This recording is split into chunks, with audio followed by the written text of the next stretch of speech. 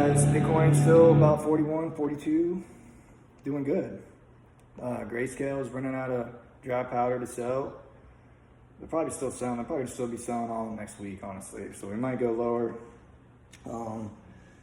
The inflows are starting to overtake the outflows at this point for the ETFs. You can go online and look at it yourself. Grayscale has been dumping Bitcoin, you can see, but you can also see BlackRock. The inflows have increased dramatically. Like, yeah, guys, I mean, you got people selling 600,000 Bitcoin since the beginning of January to now 600,000 Bitcoin. That's billions, bro.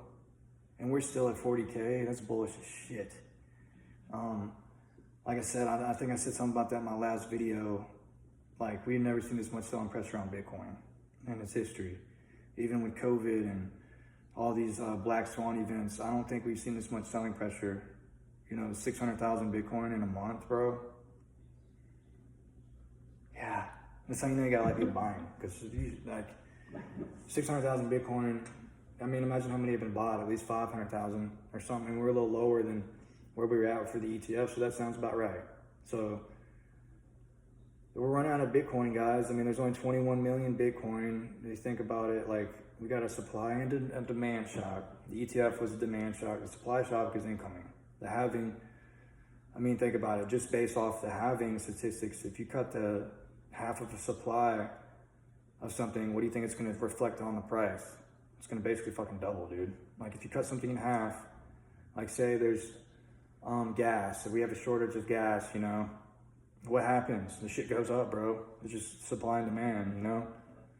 If there's no demand and there's a high supply, the price goes down. If there's a low supply and a high demand, the price goes way the fuck up. And that's what's gonna happen to Bitcoin. Because now we have this supply demand, I mean this, yeah, the demand is gonna increase from the ETFs, and the supply, there's gonna be a shock from that because it's gonna decrease in half from the halving. I mean, do the math. If you're smart, you're accumulating right now. You don't give a fuck about, oh, I bought something and it went down 10%. Bro, in 6 to 12 months, you won't give a fuck where you bought it. If it was, you know, say you got LCX or whatever, any coin really. You buy it now and it goes down 20, 30%. Who gives a fuck, bro? 6 months from now, you'll be up 10x. You know? You can't be like these other retail investors. They're the ones that make it the way it is because they're all emotional. They hear some shitty news on CNN and they sell their bags. It's just stupid. Don't be like that. But yeah, guys, just keep doing what you're doing, man. Keep going to work. Keep dollar cost averaging, buying these dips, because pretty soon it's gonna pay off. I know it may seem like it. My life is kind of like, it seems like a lot of stuff's going on in my life right now. I'm trying to maintain composure and telling you guys to do something I need to do myself, but you know, do what you need to do sometimes. If your portfolio is getting smashed and you're feeling depressed, go to the gym. You know, this isn't your full life. I mean, I have to tell myself that too sometimes. And sometimes when I don't have, you know, I don't have money like that to invest and I see it tanking, I just like have to, you know, kind of stay positive, you know, because it comes back, dude. Especially now we're in the halving. So I want to see Bitcoin do good as fuck. And it will. And it will, guys. We're not even to the halving. We got still got 80 some, 90 days. Yeah. These times we're gonna look back. I'm gonna look back to these YouTube videos I'm making and be like, wow, I remember making this when Bitcoin was 40,000, bro, 41,000, you know? It's gonna be like, the stuff I'm saying, it's gonna click one day when these prices come in. Like, dang, he was right. I should have bought these dips. I should have been dollar cost averaging. I shouldn't be watching the news and getting paranoid about every fucking thing they say about how the market's going to zero and all this stuff.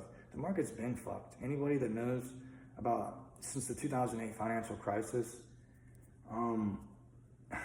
anybody that knows half a shit about the interest rates and the Fed and all this stuff, yeah, we've been fucked, man. They keep kicking the can down the road.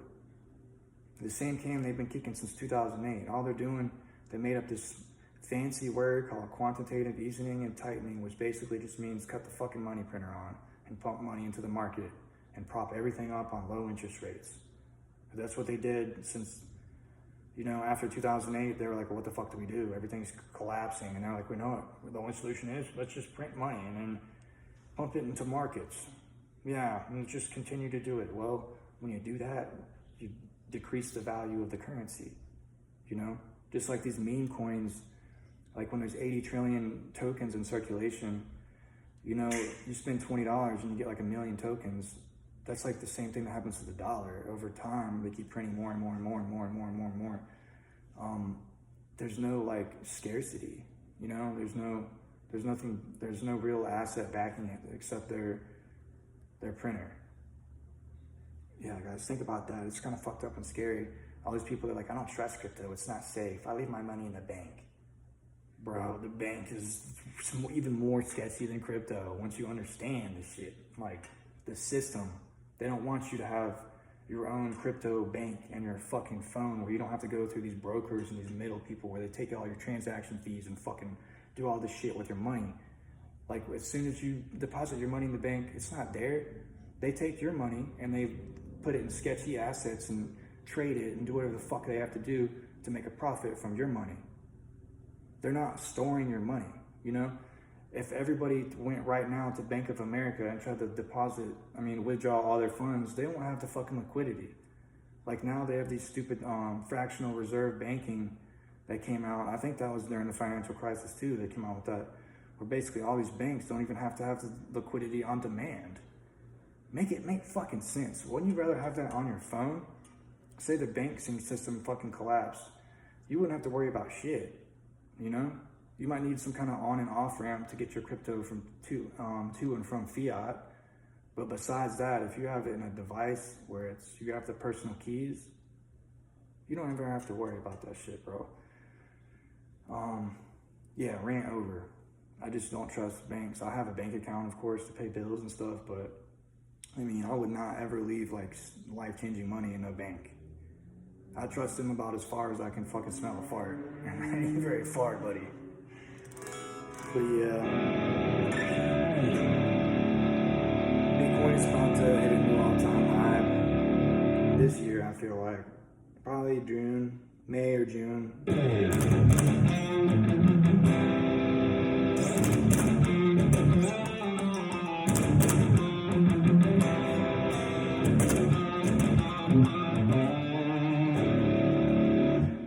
Yeah, bullish on Bitcoin. I don't know I make all these videos about Bitcoin, guys, Bitcoin. I'm always talking about Bitcoin, but there's a reason, because Bitcoin is like the leader of the pack. If you don't watch Bitcoin and you're just watching these altcoins, you're never really gonna know what the fuck's going on, you know? Bitcoin, you gotta watch Bitcoin, guys. I know a lot of these investors are like, why don't you gotta take it on Bitcoin? Hey, I don't want to hear about these fucking altcoins, bro. I don't care about Bitcoin. Well, you know, I don't care too much about Bitcoin either anymore, but I watch it because it's fucking important, bro. You gotta know what Bitcoin's doing, know what the rest of the world's doing, the crypto world. But yeah, I gotta get ready for work, guys. Gotta go back to the Matrix. Gotta clock in and be a serial number for a couple more hours. Can't wait till that's over with, guys. This is why I make these videos, because I want people to know there's an escape. We don't just have to keep doing this, guys. I mean, it might take a while. This is not a get-rich-quick scheme, but you know, if you believe in it and you focus and you put about 10% of your income into this and you keep averaging it, just like anything else, with time, it pays off. It's like going to the gym. Gotta keep going. Can't invest $50 and expect you're gonna buy a Lamborghini. Don't work like that, buddy, you know? But anyways, guys, if you're getting any value from this, like and subscribe to my channel, comment. I love to like interact with people. If you got a question, ask me, you know. I got 7 years of exposure to crypto market, so I'd love to talk about it. But I'm about to get ready for work, y'all.